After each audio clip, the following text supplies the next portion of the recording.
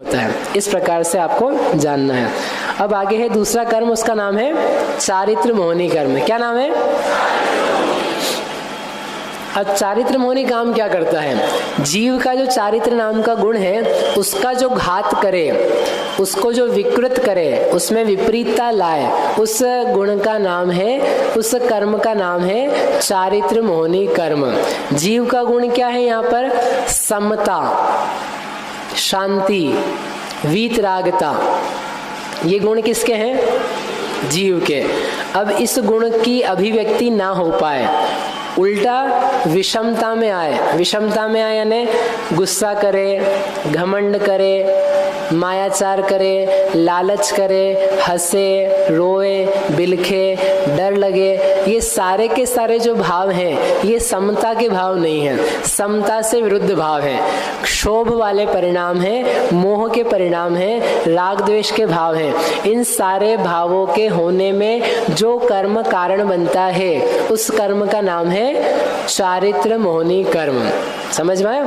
इसके दो प्रकार होते हैं, कषाय वेदनी और अकषाय वेदनी। चूंकि इसमें भी वेदन पाया जाता है इसलिए इसके साथ में आचार्य ने शब्द लगाया वेदनीय, लेकिन वो वेदनीय कर्म और ये कषाय वेदनीय, इन दोनों में क्या है? अंतर है।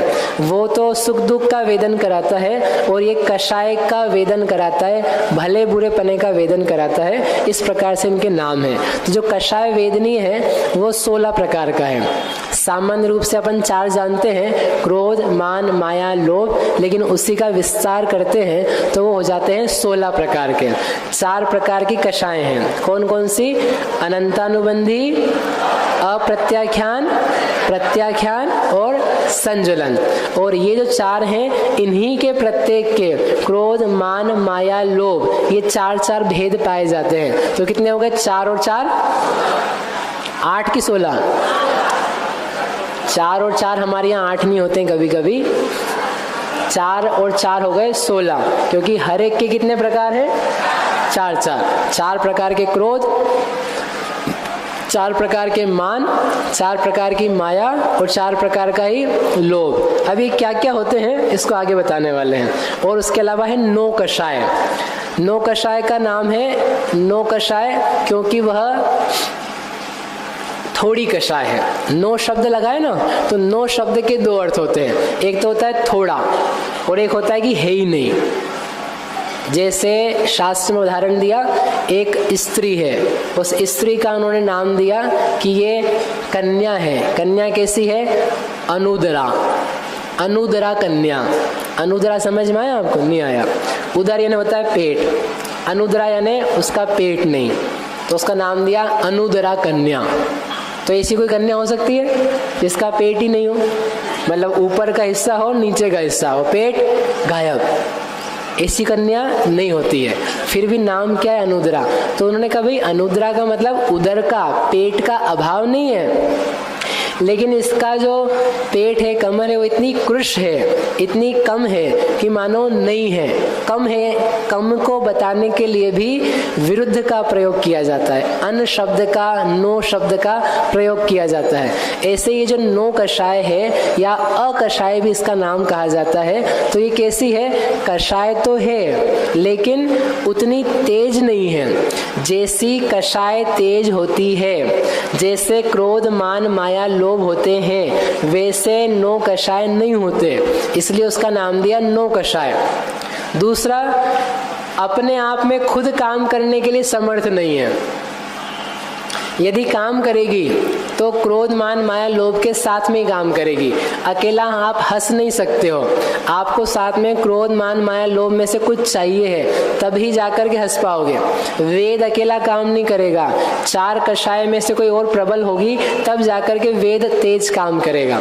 इसलिए खुद काम करने में समर्थ ना होने से इन कषायों को बोलते हैं अकषाय या नो कषाय। ईशत जो कषाय है, खुद काम नहीं करके स्वयं समर्थ ना होके दूसरे की सहायता से काम करे, उसका नाम है नौ कषाय। उदाहरण दिया उन्होंने शास्त्र में, राजवार्तिक में। एक श्वान है, तो जो श्वान है वह, श्वान समझ में आता है ना, डॉग।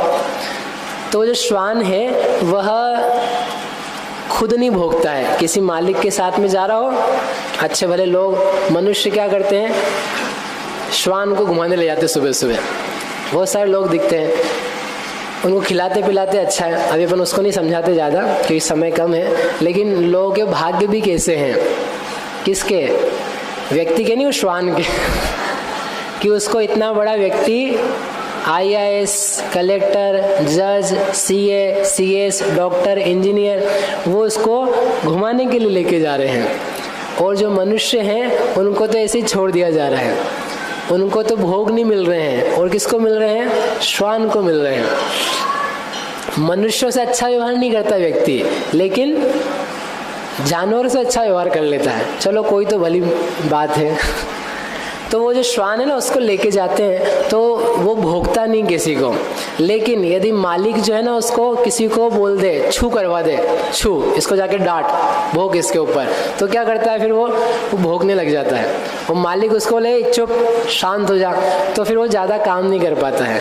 तो ये जो नौकशा है ना, ये श्वान वृत्ति वाली है, अर्थात खुद से काम नहीं करती है। इनको कषाय भड़का है, क्रोध, मान, माया, लोभ रूपी जो इनके मालिक हैं, वो इनको यदि छू करे तो जाकर के भड़कती हैं, तो जाकर के काम करती है। और यदि इनको सपोर्ट ना मिले तो ये शांत बनी रहती है, इनका काम नहीं हो पाता है। इसलिए इनका नाम क्या है, नौकषाय। इस प्रकार की इनकी वृत्ति है। इसलिए लिखा है ये क्रोधादिक जैसी प्रबल नहीं है, स्ट्रांग नहीं है। ये कितनी है, ये संख्या में है 9। कोई लोग समझ लेते हैं 9 कषाय है इसलिए क्या है वे 9, वो 9 में तो 9 औ की मात्रा होती है, और ये 9 में अकेला एक सिंगल मात्रा है। 9 कषाय होने से 9 नहीं है, वो उनका नेचर ऐसा है, इसलिए वो 9 कषाय है। अब इसमें से एक एक कषाय है, इसको यद्यपि अपन पहले के शिविर में पढ़ चुके हैं, संक्षेप में अपन कर लेते हैं। पहली कषाय है, नहीं 9 कषाय नहीं, मूल कषाय। पहली मूल कषाय है अनंतानुबंधी कषाय। हाथ से अधिक को आगे जाके देखते हैं। अनंतानुबंधी कषाय का अर्थ क्या है, अनंत प्लस अनुबंध, जो अनंत के साथ अनुबंध कराए। अनुबंध समझते आप, कॉन्ट्रैक्ट, अनुबंध अधिनियम होते हैं, अनुबंध करते लोग। अनुबंध का अर्थ होता है कॉन्ट्रैक्ट, जो अनंत के साथ में जोड़े। अनंत का अर्थ है 2, एक तो अनंत का अर्थ है अनंत संसार, और एक अनंत का अर्थ है उस संसार का कारणभूत मिथ्यात्व कर्म। तो जो मिथ्यात्व रूपी कर्म के साथ जोड़े अथवा अनंत संसार के साथ जोड़े, इस प्रकार का जो काषायिक परिणाम है उस कर को बोलते हैं अनंतानुबंधी कषाय। आगे समझ में, ऐसा गुस्सा करना, ऐसा मान करना, ऐसा लोभ करना कि जिससे मिथ्यात्व का संबंध नियम से बन जाए। इतना तेज गुस्सा है, हम मंदिर नहीं जाएंगे, मंदिर जाना ही नहीं हमको। क्यों नहीं जाना है, क्योंकि मंदिर में क्या होता है, लोग कुछ तो ही बातें करते हैं। मंदिर में लोग हमको देखते रहते हैं। कोई युवा युवती लोग इतने कषाय में रहते हैं कि वो मंदिर नहीं जाते हैं। क्यों नहीं जाते हैं, बोले हम मंदिर जाते हैं ना तो मंदिर में सब लोग हमको देखने लग जाते हैं, हमारी तरफ निगाह चली जाती है उनकी, इसलिए हम मंदिर नहीं जाएंगे। ये कोई तर्क है, ये कोई बात है? हमें आश्चर्य है कि यूं तो लोग दिखाना चाहते हैं, नए नए कपड़े पहनते हैं और पहन करके बताना चाहते हैं कि हमारा रूप, सौंदर्य, आभूषण, वैभव सब क्या उत्तम है, लोग हमें देखें। और जब कहीं अपन ऐसी जगह जाओ जहाँ कदाचित कोई लोग देख रहे हैं तो अपन वहाँ पर जाना बंद कर दो। क्यों? क्योंकि लोग देख रहे हैं।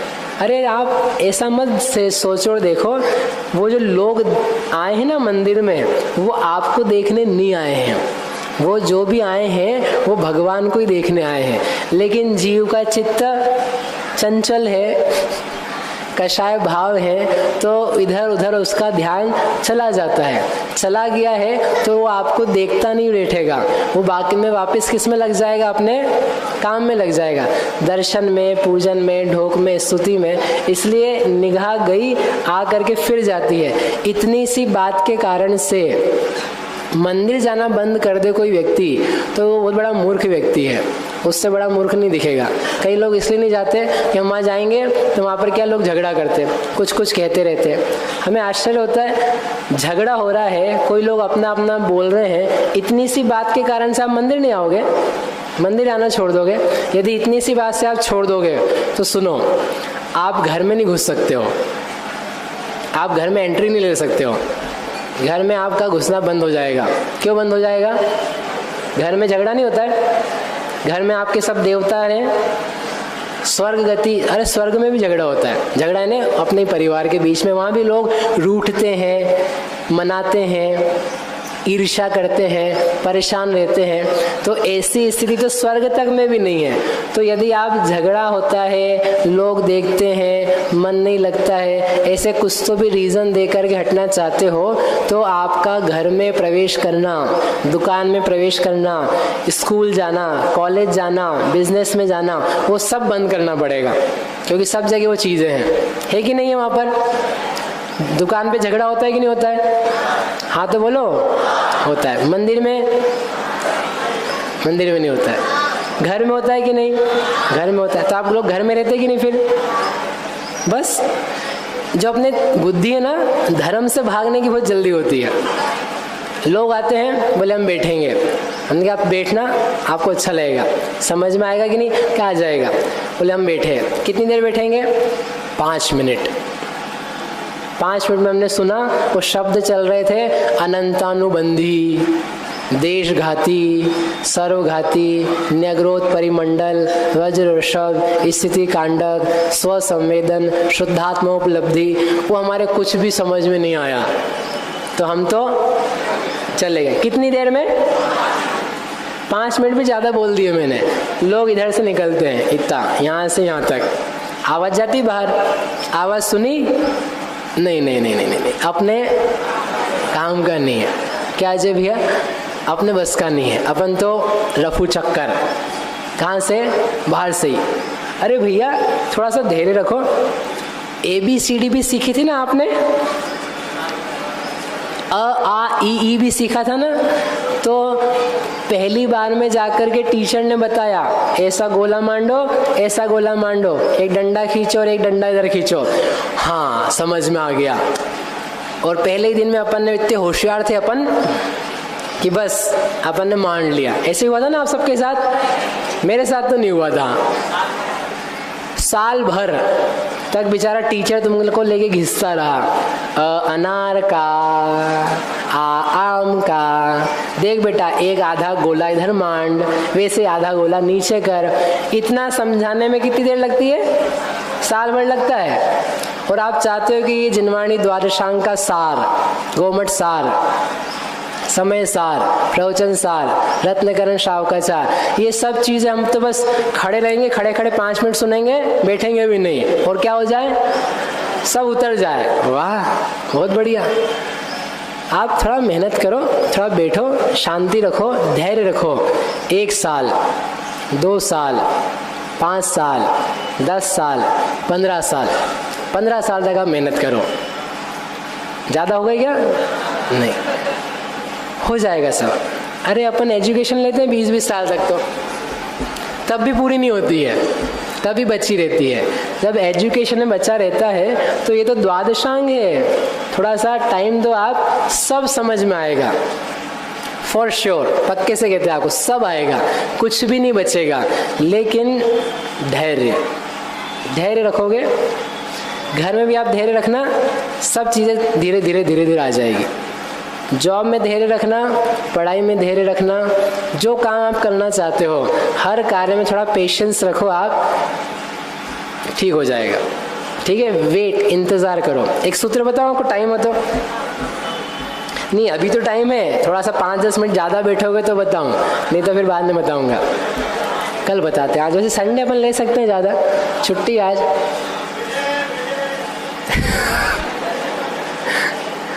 इतना अच्छा लिखा आचार्य देव ने, धवला में दिया, मूलाचार में भी दिया, ध्यान से सुनना, हमें बहुत प्रिय है वो वाक्य। श्लोक याद नहीं है, उन्होंने कहा देखो एक पद है,